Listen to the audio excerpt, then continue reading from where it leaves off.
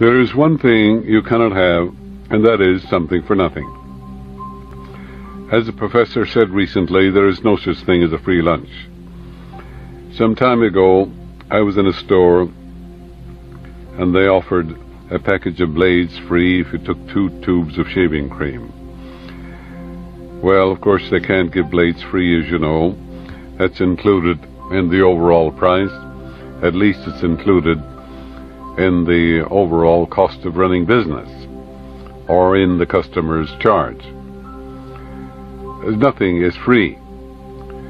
You must give your attention, devotion, and loyalty to some subject, and then you will get a response, of course. Come to the waters and drink. Yea, he that hath no money, let him come. Buy wine and milk without money, without price. But the price is recognition, the price is belief, conviction. There's always a price to be paid. Nothing at all is free. As salvation, people say, is free. No, it isn't. By grace are ye saved through faith, Paul said. And grace simply means that the love, the light, and the glory of the infinite responds to any man when he calls upon it. Call upon me, I will answer you. I will be with you in trouble. I will set you on high, because you have known my name. So grace simply means the response of a supreme intelligence to your conscious thinking and acting. It's available to all men. It's not vouchsafed to certain people because of religious affiliation or creed or dogma. The nature of infinite intelligence is responsiveness, a response to all men. When you try to learn to walk, or when you learn to swim or to dance, you repeated a thought pattern, act again and again, and now you say it's second nature. Second nature is the response of your subconscious mind to your conscious thinking and acting. Just like you drive an automobile, at first you no longer, at least now, you no longer, touch the car with intensity, or grip the wheel with intensity. Not at all. You touch it lightly. And actually it's your subconscious mind driving the car. It's effortless effort, in other words. It's effort without tension or stress. You paid the price, didn't you, in attention, devotion, and loyalty to a principle, and stick-to-itiveness, determination. Now you're able to drive the car, or ride the bicycle, or swim, or play music blindfolded. You repeated a thought pattern again and again with your fingers, and now you play automatically.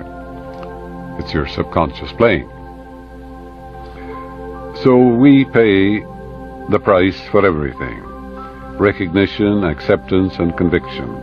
Give your attention, your devotion, your loyalty to any subject. It will yield its secrets back to you.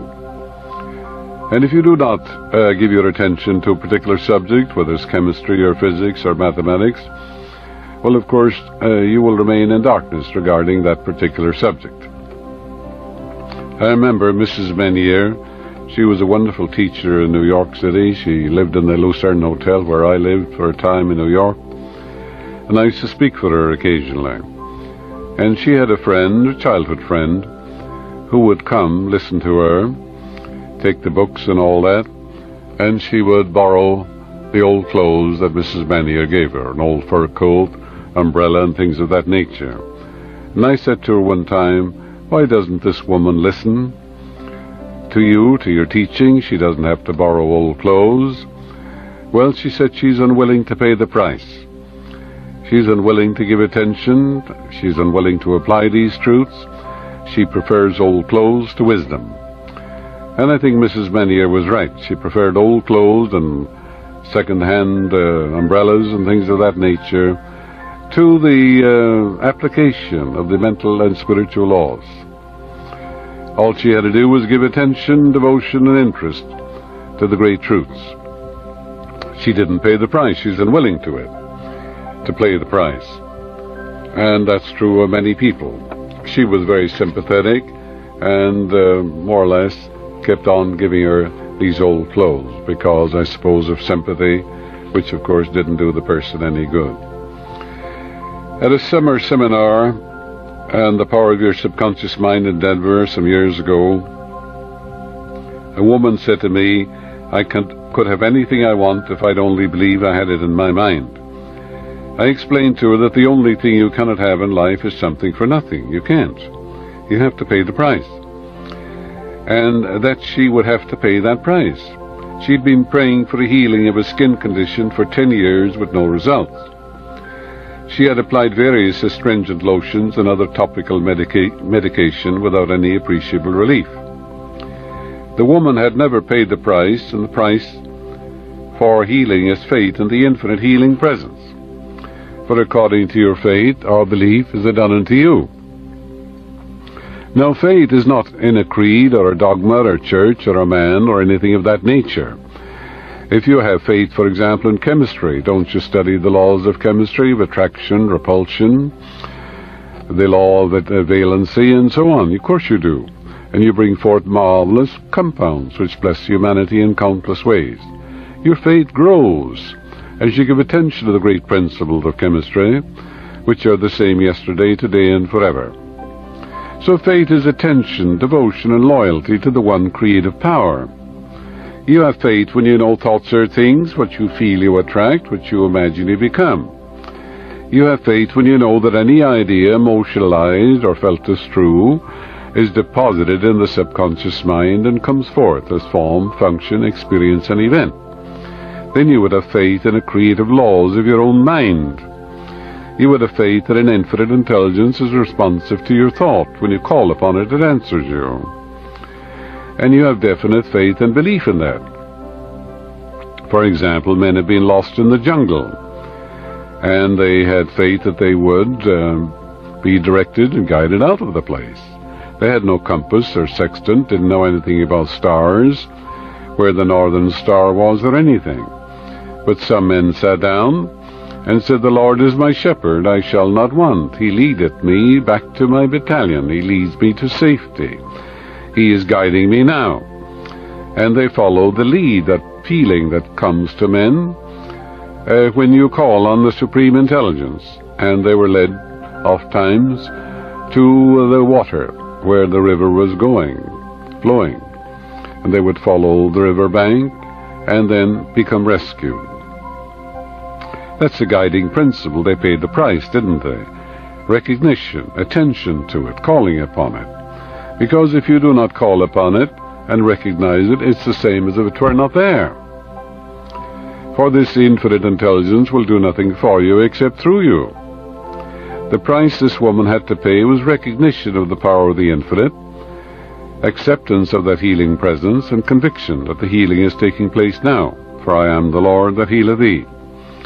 She had been giving power to externals, saying my skin is sensitive to the sun, I am allergic to the cold weather, I believe this eczema is all over my arm is due to heredity, my mother had a similar condition, it's my genes and chromosomes that are at fault.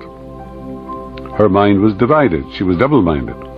She had never paid the price, which was to give her attention to the infinite healing presence and the law of her own subconscious. To trust that law and believe in the healing presence, and that it would respond and come to pass. She began to pray as follows: the infinite healing presence which created my body and all its organs knows all the processes and functions of my body. I claim, feel, and know definitely and absolutely that the infinite grandeur and glory of the infinite are made manifest in my mind and body. The wholeness, vitality, and life of the infinite flow through me now, and every atom of my being is transformed by the infinite healing presence. I fully and freely forgive everyone, and I pour out life, love, truth, and beauty in all my relatives and in-laws. I know that I have forgiven everyone, because I can meet the person in my mind and there is no longer any sting. I give thanks for the healing which is taking place now, and I know that when I call, the answer comes. She repeated this prayer slowly, quietly, and reverently, several times a day. She told me prior to my leaving Denver that a remarkable change for the better had come over her entire being, mentally and physically, and a complete healing began to take place before her eyes. She had to pay the price, by steadying and readying her mind to receive the gift of healing. Heretofore her mind was divided in its allegiance, as she was giving power to diets, the climate, heredity, and other factors. The Bible says, "Are you going to say it is hard for me? Is the Lord's hand shortened that he cannot save?" She began to understand that the scientific thinker does not make the phenomenal world or any external thing a cause. The cause of all is the spirit within, the God presence. God is first cause and all-powerful, supreme and omnipotent. Nothing to oppose it, challenge it, thwart it, or vitiate it. And the moment you postulate another power, you are divided in your mind, and your subconscious does not respond to your divided and confused mind. If you begin to press the up and down buttons in an elevator, you would not go up or down, but remain where you are. Faith comes through understanding the laws of your mind and applying them diligently in all your affairs. You can grow in faith in the same way that I mentioned previously that a chemist grows in his knowledge of chemistry, or in physics or mathematics, enabling the research man to bring forth wonderful compounds for the alleviation of human misery, as well as removing the drudgery of life. Scientists are gradually growing in faith by constant research into nature and her laws, and they are accomplishing great things. The farmer has to deposit seeds in the ground in order to get a harvest. He must determine whether he's going to have wheat, oats, or barley. He makes a decision. He plants the seed in the ground. He has to give to get. He has to give to the soil. In order for you to receive, you must first give to your mind. Before you can receive wealth, you must first impress your subconscious mind with the idea of wealth. And whatever is impressed in the subconscious is expressed on the screen of space. You have things, you know, by right of consciousness only. You must build the mental equivalent into your mentality, whatever it is you want. You do this by giving your attention and devotion to health or wealth or peace or harmony or anything that you want in life. For the infinite is within you. The gift has been given. God is the giver and the gift, and you're the receiver. What can you give God? You can't give God anything. God is that infinite presence and power in all, over all, through all in all, the life principle, the progenitor, the father of all. What on earth could you give the infinite? It's all things to all men. It's everything. It's the blade of grass, it's the apple, it's the air, it's the sea, it's everything. The whole world was here when you were born. The only thing you can give God or the living spirit within you is recognition, honor, loyalty, and devotion. That's the only thing. Call upon me, I will answer you. I'll be with you in trouble. I'll set you on high because you have known my name. The name is the nature of it. The nature is to respond to you. And you're told before you call, I will answer. While you're yet speaking, I will hear. So the answer is already within you. The answer to any problem under the sun. Intuition is within you. You can be taught from within. Telepathy is within you. Clairvoyance, all these faculties are within you. You can change your mind. You change your body, and you change everything. Change your thoughts and keep them changed. All that any person can desire is already present in the divine presence within you, in which you live and move and have your being. For God lives, moves, and has being in you. God is the life principle, the progenitor, the living spirit almighty within you. For God is spirit. They that worship him in spirit and in truth. The very fact that you desire something is proof of the existence of that which you desire. And the act of desiring on your part is the response, brings about a response from the supreme intelligence within you. Your Father knoweth what things ye have need of before you ask. The need is already satisfied, the gift has been given, for God is the giver and the gift, and you are the receiver. Son, thou art ever with me, and all that I hath is thine. All things be ready if the mind be so. Health is now, peace is now, the healing presence is within you, love is now, joy is now, power is now. Are you going to wait for for the power of the Almighty to flow through you is within you now. And say, the power of the Almighty is flowing through me now. Are you going to wait for peace? Says, someday you'll have peace of mind. The God of peace is within you. And that river of peace is flowing through you now. So the gift is already there. God is the giver and the gift. God indwells you. So all things be ready, if the mind be so. Accept peace and poise now. Accept inspiration now. Guidance now. You must open your eyes. You must open your heart and receive. If you have something in both hands, you know, you must drop something to pick up something, mustn't you? You must get rid of the false beliefs in your mind and accept the truth, which is, for all things are ready, if the mind be so. Ready your mind to accept the gift. For I am the Lord that healeth thee. The healing power of God is within you. Heals a cut in your finger. It's right there. The surgeon removes tumor. He says nature will heal you. He removes the block. And so you'll always get a response. You have perhaps experienced this, that you try to solve a particular problem. You racked your brain, so to speak. You asked others to help you. You looked up all the books. You tried to find a solution, which the scientist or the chemist or the pharmacist sometimes does, or the research pharmacologist, or the doctor or the surgeon, or the astrophysicist. You struggle with the problem, you try to get an answer, and then you're exhausted. You sort of give up, and you turn it over to the deeper mind, and you go off to sleep perhaps.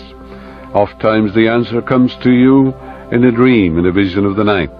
Comes to you sometimes as you awaken in the morning. Pops into your mind like toast out of a toaster. This happens over and over and over again.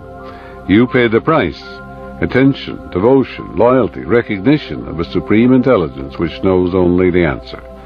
And when you surrendered, when you gave up, when you turned it over and said, there's that within me that knows, then the answer came. You engaged a supreme intelligence and an infinite presence and power which responded to you. So you gave it attention and you got the answer.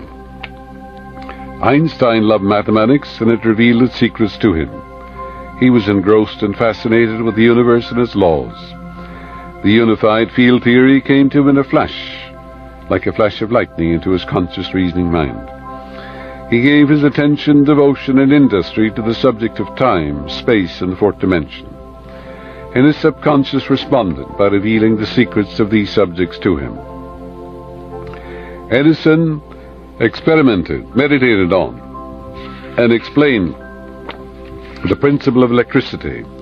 He had an intense desire to light up the world and serve mankind, and electricity yielded its secrets to him. He paid the price by perseverance, stick-to-itiveness, and confidence, knowing that the answer would come. Yes, he gave it attention and devotion too.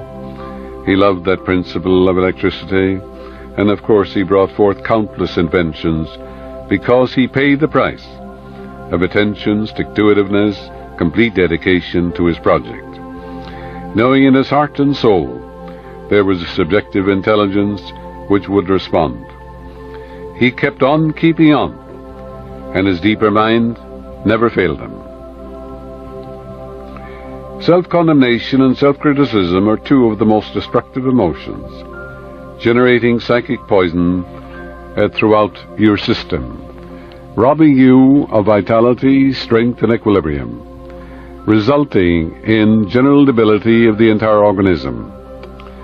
Love is the fulfilling of the law of health, harmony, peace, and abundance. Love means that what you wish for another, you must also wish for others.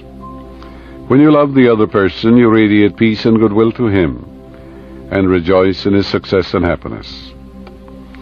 I suggested to a musician that in order to become outstanding in his field, he should pray as follows: God is the great musician. I am an instrument and a channel for the divine. The God presence flows through me as harmony, beauty, joy, and peace. The infinite presence and power plays through me the eternal melody of love. And when I play, I play the melody of the one who forever is. I am inspired from on high, and majestic cadences come forth, revealing the eternal harmony of God. Within a few years he became extraordinarily successful. The price he paid was attention, reverence, and devotion to the eternal being from whom all blessings flow. A man who cannot make ends meet must pay the price, and the price is not hard labor and burning the midnight oil, but it is in building into his consciousness the idea of wealth. Man possesses all things by right of consciousness. You can work 14 or 15 hours a day. If your mind is not productive, your labor will be in vain. Is your mind productive?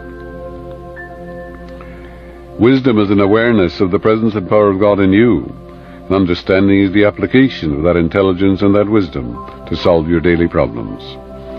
The kingdom of God is within you, kingdom of intelligence, wisdom, power, and beauty, for the divine presence is within you, and all of God is where you are. You can work 14 or 15 hours a day, and if your mind, isn't at peace, if you're not full of geniality and cordiality and goodwill, your labor will be in vain, for faith worketh by love. You may have tremendous faith in your particular field of engineering, science, art, industry, or business, but if you lack cordiality, geniality, and goodwill and good feeling, you stumble and fall, don't you? So the kingdom of God is there. This means in infinite intelligence, boundless wisdom, and all the power of the infinite are lodged in your deeper mind. God's infinite ideas are available to you, if you only tune in and rejoice that infinite Spirit is revealing to you what you need to know. For God is Spirit, and they that worship Him in spirit and in truth. So you worship no man on the face of the earth. Worship is to give your supreme attention, loyalty, and devotion to the one presence and power within you. For I am the Lord, that is my name. My glory you shall not give to another, neither shall you give my praise. I am, and there is none else, and from the rising of the sun to the setting of the same, there is none else. So you see, when you realize there's only one power, moving as unity, moving as harmony, there is no cause for evil anymore, because you've enthroned in your mind the one presence and power. A man who lived near me on Alpha Street some years ago told me that in 1950 he was bankrupt. He prayed for guidance and asked that creative intelligence reveal the next step. He had an overpowering feeling to go into the desert, and while musing there, the idea came to him to visit his father-in-law. He told him the tremendous potentialities he foresaw in that desert place, that people would leave Los Angeles, they'd come out from the east, and they'd build homes and hospitals and schools and all that in that desert place. And his father-in-law hired him as a salesman, promoter of the desert land. Today he has his own office and is a multimillionaire in real estate. The faculty of intuition is within you. He was taught from within what to do. He paid the price of recognition and of following the lead which came to him. The mere fact that you desire an answer means the answer is already present in your mental and spiritual world in which you live and move and have your being. Yes, it's there as an idea, there as a principle, as an archetype, as a pattern. For everything comes out of the invisible. You came out of the invisible yourself, and so did the whole world. So again, realize that in Him you live and move and have your being. God lives, moves, and has being in you. God is the giver and the gift, and you must be a received. You must be a good receiver. Receive the gift. Many people are very poor receivers. They say the good things are not for me, they're for Mrs. Jones down the street, Well, everything has been given to you. God Himself indwells you. The whole world is yours. The sun shines on the just and the unjust. The rain falls on the good and the evil. Mathematicians tell us there's enough fruit rots in the tropics to feed all humanity, rots in the ground. Go out into the desert and pour water will grow anything. You can have an idea worth a fortune. A creative idea, yes, it will come to you too, but you must pay the price. Recognize it. You may be a stenographer or a salesman.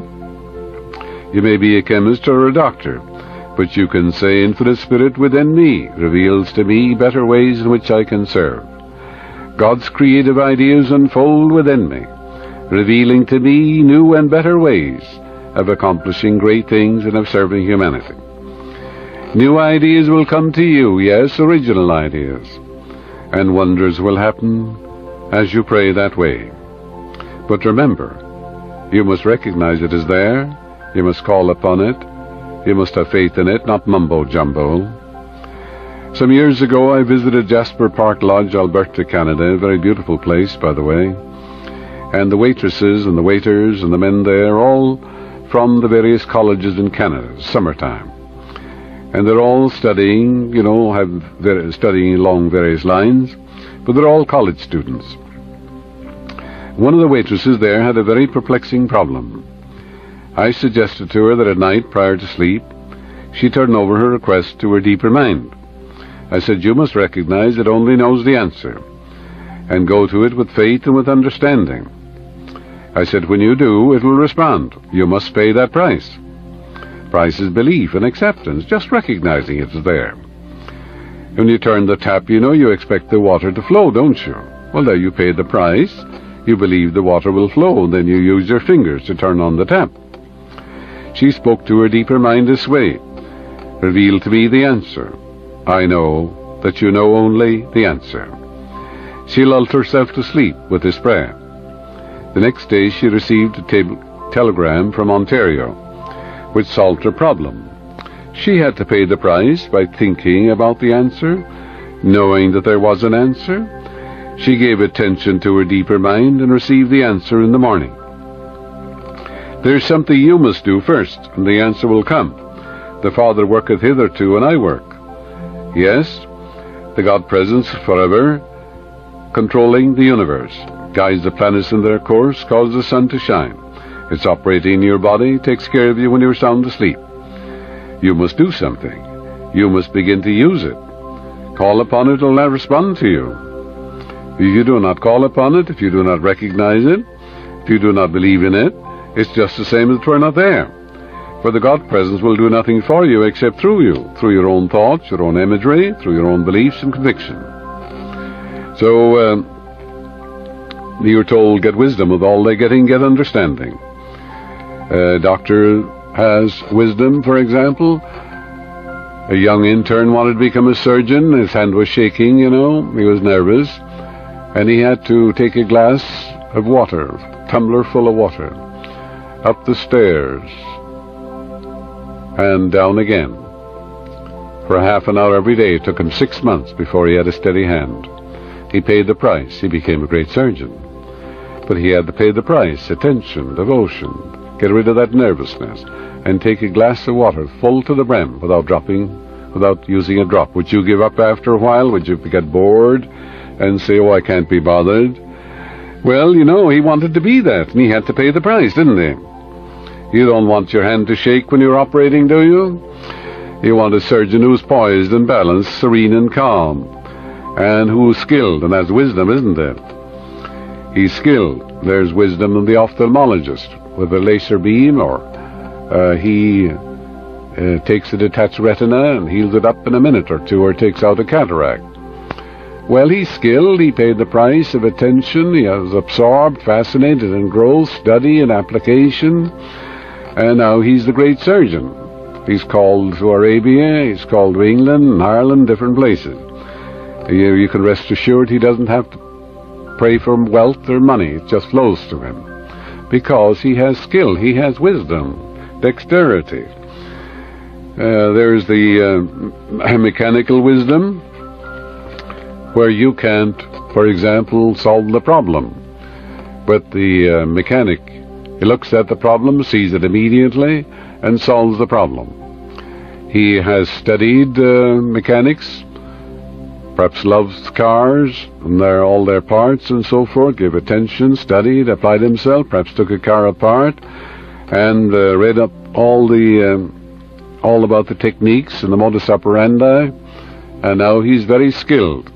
And one man recently says, young boy going to school, he said, get $5 an hour because of his skill and his application, because of his intense interest and his devotion and application to his studies. So you see, you have to pay the price, and then it is done unto you as you believe.